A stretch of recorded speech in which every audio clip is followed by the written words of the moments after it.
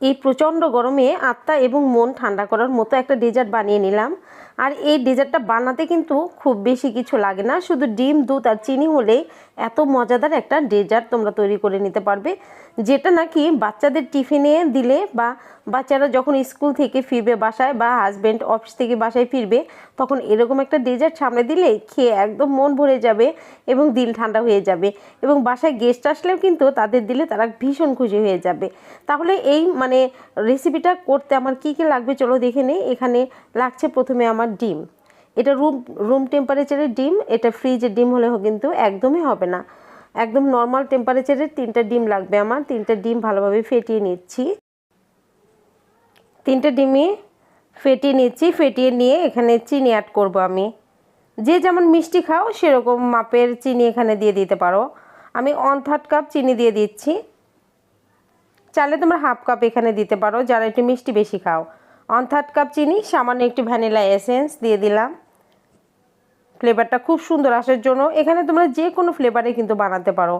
আমি এখানে ভ্যানিলা ফ্লেভারটা দিয়ে এখন হুইক্স দিয়ে খুব ভালোভাবে ফেটিয়ে নিতে হবে আর কি, চিনিটা যেন গলে যায়।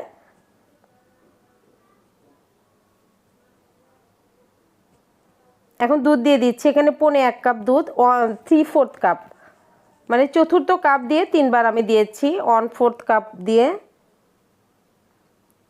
1/4 কাপ এখানে গরুর দুধ আমি জাল দিয়ে ঠান্ডা করে রেখেছিলাম সেটা দিয়ে দিয়েছি। দিয়ে এবারও ভালো করে ফেটিয়ে নিতে হবে।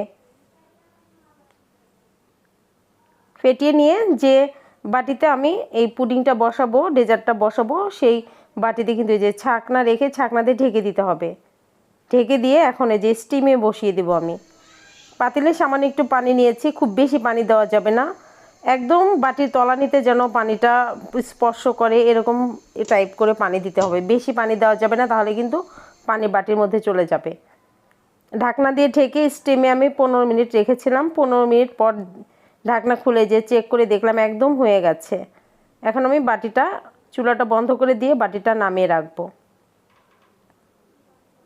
বাটিটা নামিয়ে রেখে একটু ঠান্ডা হলে কিন্তু 1 ঘন্টার জন্য আমি ফ্রিজে রেখেছিলাম। ফ্রিজ থেকে বের করে দেখাচ্ছি, দেখো কত সুন্দর হয়েছে। এই তো খেতে যে অনেক বেশি মজা হয়েছিল। এরকমভাবে বানিয়ে একবার হলেও খেয়ে দেখো যে কতটা মজা হয়।